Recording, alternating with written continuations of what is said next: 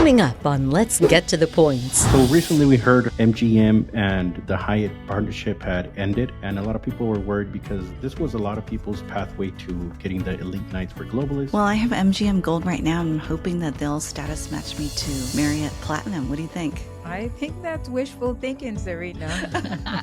I'm thinking about what a mess it's going to be to get upgrades. But I don't remember ever going to any Hyatt program where I felt like my benefits were diluted. And later. I'm at the Park Hyatt in Bangkok, and I've got this impressive suite that we're in right now. I want to take you guys on a room tour. Is that okay? Yeah. Absolutely. Yeah. Come on in, take a look. You've mentioned in the previous episode that this is your favorite Hyatt. Yeah, absolutely. And the breakfast that you can have here is probably one of the best breakfasts I've ever had. Now, let's get to the points. From passion for points, it's Serena.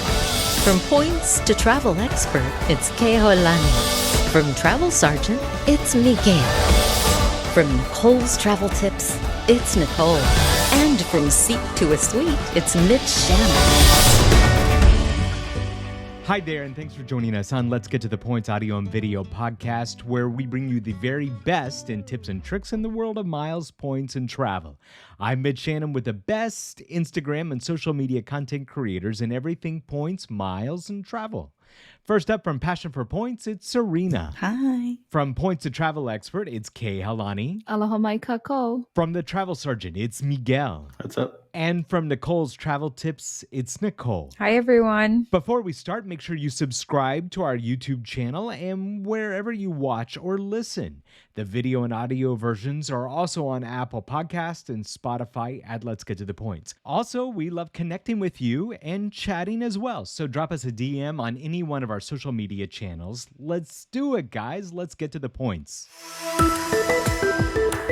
We hope that summer travel has been very kind to you. If you're out on an adventure, let us know, tag us. We'd love to see your trips and what you're getting into. Also, let us know what points and miles that you've been using as well. I'm currently here at the Park Hyatt Bangkok and so happy to be back at this property for our summer travel trip to Thailand. I'm going to talk a little bit more about that later, but for now, a lot has happened in the world of points and miles, and big news dropped recently about MGM, Hyatt, and Marriott. Miguel, what has happened? Yeah, so recently we heard how MGM and the Hyatt partnership had ended, and a lot of people were worried because this was a lot of people's pathway to getting the elite nights for globalists, whether they found a cheap rate at some casinos in Vegas and credited those to their Hyatt account for globalists. That was going to be no longer possible after 30 September. And not long after those news broke, we found out that MGM now have made a partnership, a 20-year partnership with Marriott. So now we don't have a lot of information yet on how the benefits of both loyalty programs are going to be reciprocated, but we do know that there's going to be some type of benefits that are going to cross over. And so we're just waiting to see how that's going to turn out. So with all that happening, what do you guys think? Are you going to switch over to Marriott as well? Well, I have MGM Gold right now, and I'm hoping that they'll status match me to Marriott Platinum. What do you think? I think that's wishful thinking, Serena. I did stay at the Cosmopolitan in Vegas when they had a partnership with Marriott before. And other than having a separate line to check in, there wasn't a lot of benefits that they offered back then. So, hopefully it gets better now. So before you needed to match Hyatt Explorist, at least to get MGM Gold. And MGM Gold is the minimum that you need to get the resort fees waived, which was a big deal because it's about $50 a night. The rest of the tiers for MGM M Life is Sapphire, Pearl, Gold, then Platinum, then Noir, which is by invitation only. Now, we used to be able to status match Hyatt Explorers to MGM Gold and get the resort fees waived, which is a big deal because in Vegas, they go for $45, $50 a night. So it's yet to be seen what status match opportunities there's going to be between MGM M Life and Marriott. Now, we're hoping that the people that were able to match up to MGM Gold before this went away from Hyatt to MGM, if the MGM Life is now going to translate into something with Marriott. So that's to be seen. Okay, guys, so it looks like that the Marriott CEO and MGM CEO, they were together on Fox Business News and they were talking. And a couple of the things that they were talking about is a 20-year partnership, 182 million Bonvoy members. Isn't that crazy? And MGM adds 40,000 rooms to their partnership, but they haven't mentioned the tier match yet. That's pretty big stuff. It sounds like this might have been in the works for a while, to be quite honest. Yeah, to Engage in something with a 20-year commitment, it's a major deal. So these talks must have been going on for a while. Like, how many marriages don't last 20 years, much less business partnerships? Miguel, as a Marriott fan, what are your thoughts about possibly having cheap Excalibur nights and maybe using those nights to attain Marriott status year after year? How do you feel about that? Is that exciting to you? Not as exciting as it was, I guess, for Hyatt, right? Because I don't think the Marriott status is as valuable as the Hyatt status. And now platinum status with Marriott is where you start getting like the free breakfast and things like that. But you can get that with just having one credit card, the Amex Bondway Brilliant. So not as a big of a deal. I guess if you're trying to go for titanium, but there's not much more added benefits. I think one of the biggest things you can get by having Marriott Titanium is that you can automatically get United Mileage Plus Silver, which is really the lowest level of United. But I mean, at least it gets you free check bags.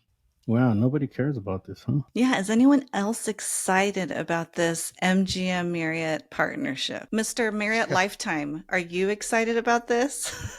Yeah, I mean, I'm not excited about this at all. I mean, it's just really depressing, to be quite honest. That's how I feel about this whole thing. I mean, I've just kind of given up on Marriott, so this was just really sad news when I saw it all, and I'm like, wow. One of the great things about the Hyatt MGM partnership was the waived resort fees. That's where, even if you weren't a Hyatt loyalist, I mean, even if you enjoyed going to Las Vegas, all parts of that was great because you could stay at any of those MGM resorts and get those resort fees waived. And that was a great benefit of actually, being a part of that partnership. But now, it remains to be seen if this is even going to happen with Marriott. And to be quite frank, the history that we've seen with the merger with Marriott since SPG, I don't have high hopes. Yeah, I doubt it because Marriott doesn't even waive resort fees for their own members on awards days. That's a good point. Good point. Great Yeah. point. I'm thinking about what a mess it's going to be to get upgrades. Like, since the Marriott Bevy card came out last year, we thought we didn't want to get platinum status anymore, that we need titanium in order to get those upgrades. Before, platinum kind of was enough to get by on. But now, if they do any kind of status matching and people are doing mattress runs and things, that's going to diminish the program and not be as good for those high tier members. I mean, you're going to need to be an ambassador to just get a sweet upgrade. So it's on its way to becoming like Hilton, where, you get not the top tier status like you do with Hilton, but a status where you can get sweet upgrades, which is platinum, but you can get it now with a credit card. So yeah, it dilutes the program. Right. Any kind of program where you can get this high tier status by just paying like a couple $100 a year. I mean, that's a deal, compared to what other people have to go through to get status. I really think it's not fair, but it is a good benefit of the card. Yeah, and I think the Marriott program is different from the Hyatt program. A lot of people were able to go to MGM in Las Vegas and status match and also get elite nights. But I don't remember ever going to any Hyatt program where I felt like my benefits were diluted. I felt like I got a reasonable amount of upgrades. I never really had to compete with much people, even within the US. So I think with Marriott's larger base, yes, it's going to be a problem for the upgrades and being able to receive these benefits as an exclusive member. You mean those other 180 million members? Right. Yeah. All of those. I saw on Reddit in some properties in Asia where they, I guess, put a poster up by the check-in counter and say how many people are checking in that day and their status, because I guess a lot of people ask hey, can I get an upgrade? And they're kind of letting you know, hey, everybody's an elite. You're not the only one. These are all the elites checking in today. So many gold, so many platinum, so many titanium. That way they don't even have to bother asking, I guess. I saw that too. That was last year.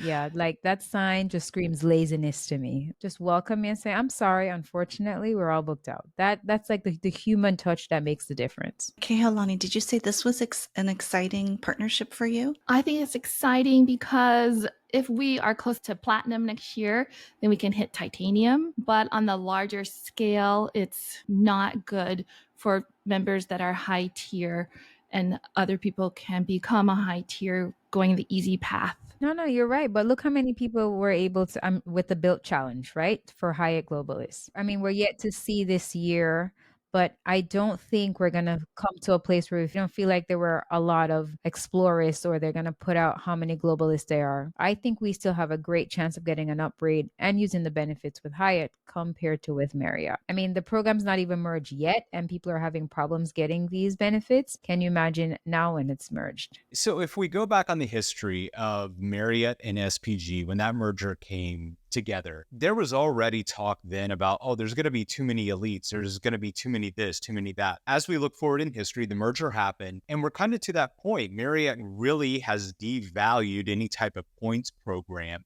and they've become this huge, massive hotel chain with the SPG and the Marriott brand. So now that they're going to have this partnership with MGM, it's going to be just that much bigger. So is there any real point of having these benefits and these elite tier statuses with Marriott anymore if they do some type of partnership with MGM? Because it's going to put that many more people into the bucket with elite benefits. Does that change the program at all with this new announcement? Yeah, it diminishes it because you're adding, 44,000 rooms to the program. But how many people within that whatever billion, Miguel, you mentioned, are actually going to be utilizing that 44,000 rooms and likes to go to Las Vegas? And how many of these people are going to be obtaining status, filling the market with all the other hotels with people with more status? Like that Reddit article you mentioned, Miguel, I think there was like 70 something platinums and like 40 something titaniums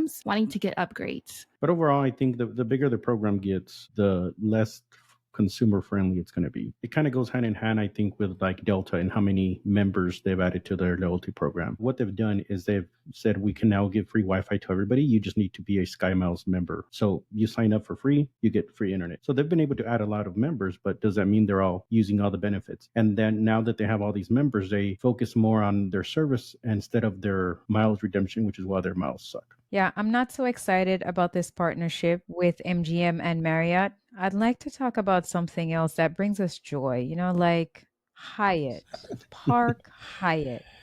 Mitch, tell us about your stay. Yeah, if that was my middle name, Park Hyatt would definitely be that, because that's exactly where I am right now. I'm at the Park Hyatt in Bangkok, and I've got this impressive suite that we're in right now. And this is our third stay that we've been here before. And we absolutely love this property. It's gorgeous. I want to take you guys on a room tour. Is that okay? Yeah. Absolutely. Yeah. So we used our points to book it, and this was before the recent devaluation with Hyatt where they changed the category of this hotel. It is now a category 6 where it's 25,000, but we only paid 20,000 points per night for this. And we used one of our suite upgrade certificates. So come on in, take a look. So we come through the front door. We've got our big living room here. We've got our big couch. And then we got this incredible view of Bangkok that we can see from our room, all the buildings and everything. It's just absolutely gorgeous. So go on in. We've got our bedroom and, another big window in there that we can look out and see the city. Got this big closet, and then the bathroom, it is massive, you guys. It's got this big tub, the shower, and it's got a double sink vanity, and my favorite products of all time, it's got the La La Bo in there as well. So it's just an incredible room. I love this property. The location of it is perfect. And the pool, the infinity pool that they have with the edge, it's just great. I'm going to go down there and have a coconut drink. So, Mitch, I think you've mentioned in the previous episode that this is your favorite Hyatt in the portfolio. Is that correct? Yeah, absolutely. So it's my favorite for a couple of reasons. Number one, the service here is incredible. They anticipate your needs, and the breakfast that you can have here is probably one of the best breakfasts I've ever had. They've got a full menu of items that you can order from, made fresh. And then they also have like a little smaller limited buffet, but the items that are on that buffet are truly top tier, incredible. We had a discussion with the executive chef here. He's very proud and works very hard to make sure that the food is absolutely delicious. The afternoon tea that you can do here is incredible too, and it's an experience all to itself. But the rooms and the location by far are probably the best part about this property, the Park Hyatt Bangkok. So is it still worth it at 25,000 points? You're right, Miguel. That's a good question. So we're looking to book this property next year, and I'm kind of on the fence about 25,000 points a night. The cash rates during COVID, they were really low. They really went high again because there's a high demand for tourism in Bangkok and hotels right now. So I don't know. I'm kind of on the fence whether 25,000 is worth it. it or not. They've got some other great properties here, the Grand Hyatt Erawan. They've got the Regency as well. So 25,000, that's a lot. I don't know if I'm going to do it again or not. The Lalabo products doesn't make it worth 25,000. You'll have to ask Forward about that. I don't know. That's a good question for him. And I don't know if you mentioned it earlier, but did you use a suite upgrade award for this? Yeah, so we used our Suite Upgrade Award last time that we stayed here, and I'll show the video of this. They upgraded us to the Executive Suite, and that one is huge. It's got like a little mini fridge in the room. It's got an extra bathroom. The views are incredible from that, and it's even got a TV in the bathroom that you can watch as well. So last time they upgraded us even beyond what we already were at. But unfortunately, this time they have a really high occupancy, so they weren't able to upgrade us beyond what we already booked. And what is the name of your suite right now? So the suite right now that we're in, it's the Park Deluxe. So they actually have 2 suite categories that you can use your upgrade certificate for. They have the regular and then they have the deluxe. Those are both standard suites for the Park Hyatt Bangkok. That suite looks great. I am definitely adding this property to my list. I especially want to try this amazing breakfast you keep talking about. Yeah, absolutely. If you come to Bangkok, you really got to look at the Park Hyatt or any one of the Hyatt brands here. Even, okay, I'll say it too, Marriott's got some really good properties here as well that you should also check out. All right, thanks everyone. It's time to move on to our weekly recap. All right, it's now time for our weekly recap. We share our tips and insider lessons with you from stuff that we've recently booked. So let's get started with Miguel. Now, recently on one of our episodes, you talked about your trip on BA, the best business first class that you had booked, but you have decided to change that. We want to know what you've changed and why. Yeah, so I'm actually leaving tomorrow, and I ended up changing it to Lufthansa first class. Now, I've flown them before, and I was excited to try something new, but I know that I like Lufthansa first class, and it became available from Mexico City to London with a layover in Frankfurt. And I just decided to book that instead because I know what to expect and I like it. So that's what I switched it to. So I know Lufthansa has some of the best soft service and ground service there is to offer in the airline industry. Can you tell us a little bit about it? Yeah, so my favorite part has always been the Lufthansa first class terminal in Frankfurt. Now, you only have access to that if you departing Frankfurt or if you're connecting to there. So if you fly first class and arrive at Frankfurt, you don't have access to it. I've flown it twice before. I flew it back in 21 with my parents, and we flew Frankfurt to Chicago. And then last year, I flew it with my uncle. We flew Frankfurt to Miami. And this time we're flying into Frankfurt, but I added a connection from Frankfurt to London now. So that should give me access to the first class terminal as well. And I'll be there for like 3 hours, and I wish it was longer because it really is amazing. What do you like about the first class terminal relative to all the other terminals? Well, I just like that it's completely separate from the airport. So if you get dropped off at the airport there, you don't even have to walk into the actual airport. They're a standalone building next to the airport, and they have their own security, their own immigration. I mean, they have everything there. Even back when the pandemic was going on, they had their own little testing center within the terminal. So it's just awesome to just be there, and it's super seclusive, super private. As soon as you get there, you'll be assigned an assistant to take care of everything for you. So when you enter the building, they'll get your boarding pass, your passport, and all that. And then they'll walk you through security, and they'll come get you when your flight is ready to leave. They'll drive you out in a Porsche or a van, depending on how many people you're traveling with. As far as the food, they have a buffet, but they also have a la carte dining. So you can order, whatever you want from their menu. They have a huge bar with all kinds of drinks on it. And then they have, showers, and then they have baths, and that's where the duck comes from. So you can take bubble baths if you want, and they would give you a rubber duck. That became kind of like a signature thing that they do when people that fly them collect the little rubber duck. So this will be my third rubber duck. And then for hotels, I ended up booking the Andaz in London. So we'll be staying there for 2 nights. That was 25,000 points per night. You booked something in London, right, Nicole? Yes, I'll be staying at the Andaz later this year also. We had a day in between the time we arrived to the time our booking is at the Andaz, and I needed to stay at the airport. So I was looking for the Hyatt Place London Heathrow Hotel, and I had 2 options. I could book it on cash, which was about $150, but I really wanted to be able to book it through points, but the dates weren't available. Lo and behold, I used a Waze, and within a few hours of setting up this notification, they were able to tell me that I had 2 rooms available for 5,000 points each. Now we're just staying there for the night, so I wasn't worried about how far it is from the city, and I think this was much better to use 5,000 points than to spend $150 on this. Stay tuned for the review of this Hyatt Place. How about you, Kehalani?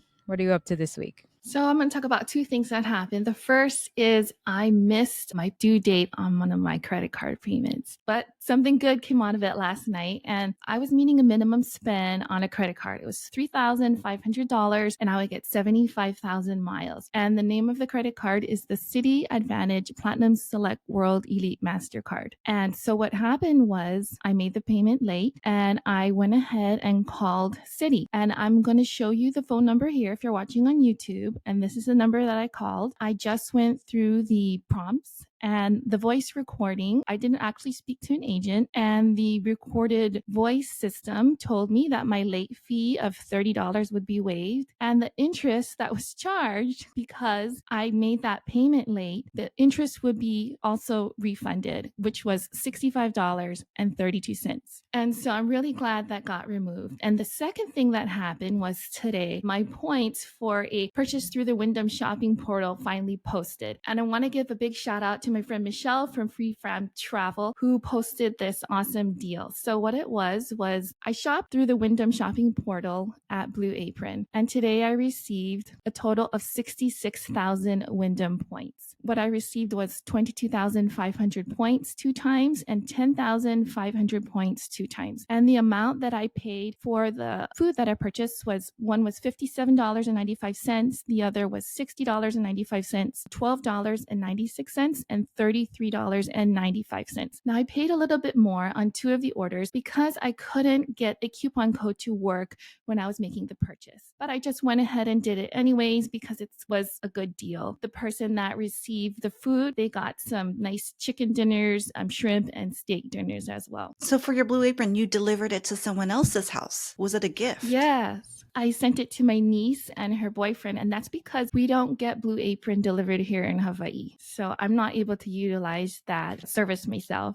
That's what I did also when I was living in Germany. So obviously I can't get it delivered over there. So I would be, and it was during the pandemic. So it kind of worked out because I was sending Blue Apron and Hello Chef and with all those to like family back home. And they were like, oh, Miguel's so thoughtful, so we don't have to go to the grocery store. But I was just racking up You wanted the points. Yeah. That is a great idea. I've also done that. I've bought dog food for my friends. I don't have any dogs or any pets, but if there's a good deal, I get some points, they get some dog food. That's a win-win situation. You get points from the airline and you get points from your friend too. Yeah. There you go, doing Friend double points. duty.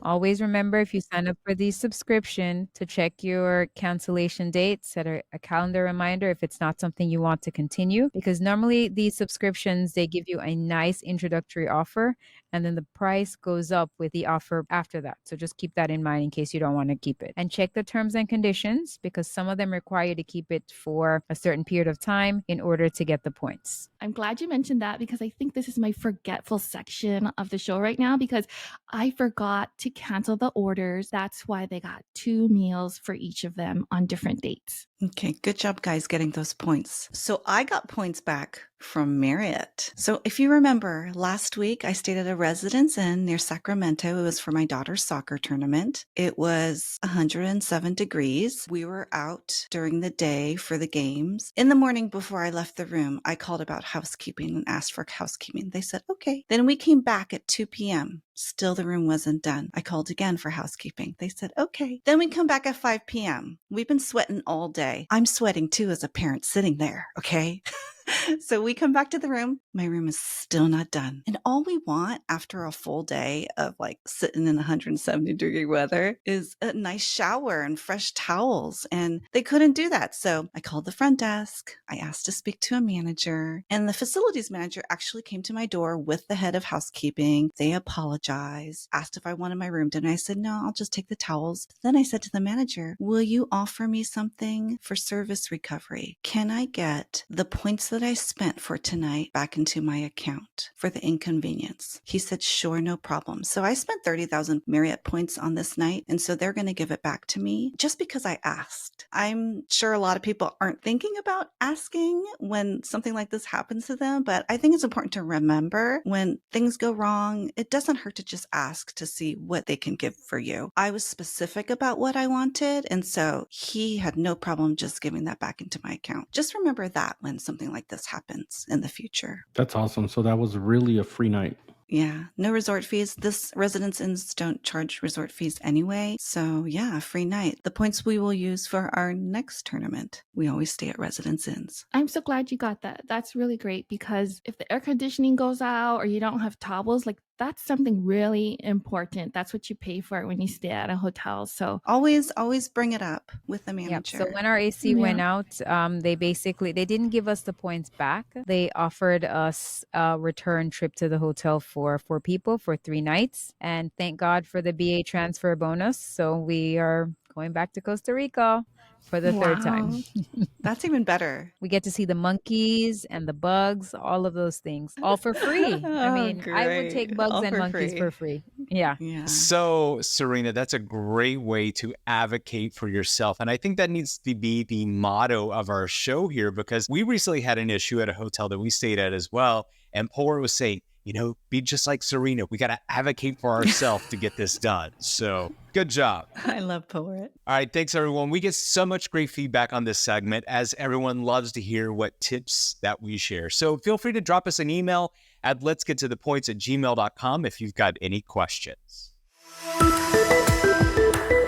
Before we close, we get lots of questions via email, Instagram, and YouTube, and this is where we answer just a few of those. So look for the questions on your screen if you're watching on Spotify and YouTube. All right, guys, best short, quick responses. Mark emailed us and asked, I have 250,000 Amex points. What kind of trip could I book for me and P2? Miguel. I would definitely do A&A around the world at 125,000 points each. I'm not sure the length that you can go, but it's probably something like 15, 20,000 miles. But anyway, I would do A&A around the world. How about you, Nicole? It's not enough to do 2 round trips in Q Suites, but maybe take economy flight from here to Doha, maybe even get to Cape Town and then take Q Suites on the way back to the US. So at 40,000 points one way and 75,000 points the other way, you could get a whole trip to Cape Town, South Africa. How about you, Kehalani? I'm going to go with what Miguel said. That's a really good deal. You're going to get a lot of business class flights out of your points. Do a transfer bonus over to British Airways. Like right now, there's a 30% bonus. Last year, there was a 40% bonus. Then I would move points over to Iberia, and then you could go to Europe a couple times. How about you, Serena? So I usually like to use my Amex points for flights, like the rest of my co-hosts suggested, but let me offer something a little bit different, like a cheap economy flight to the Caribbean with Avios points. Use the transfer bonus that Kehalani mentioned. And then a lot of people don't do this, but you could if you wanted to. Amex transfers to Hilton 1 to 2, and you could maybe book the all-inclusive in Curacao with a water park. I saw it and I thought, oh, I want to go there. And you can book that for maybe 50 to 80 Hilton points per night and get an all-inclusive vacation. How about you, Mitch? Yeah, I say Miguel for the win. I'm with him. A&A, we recently booked this for ourselves. 210,000 miles round trip. That's total for 2 people. It's kind of the long way that we took. We went LA, Haneda, on down to Sydney on A&A, and it was only 210,000 miles and $431 in taxes. Yeah, that's a little high, but that's what you could use your points on, and then you could head on down to Sydney. So that's a good option that you might want to look at as well. Courtney sent us a DM asking, what has been the best meal that you've had while traveling?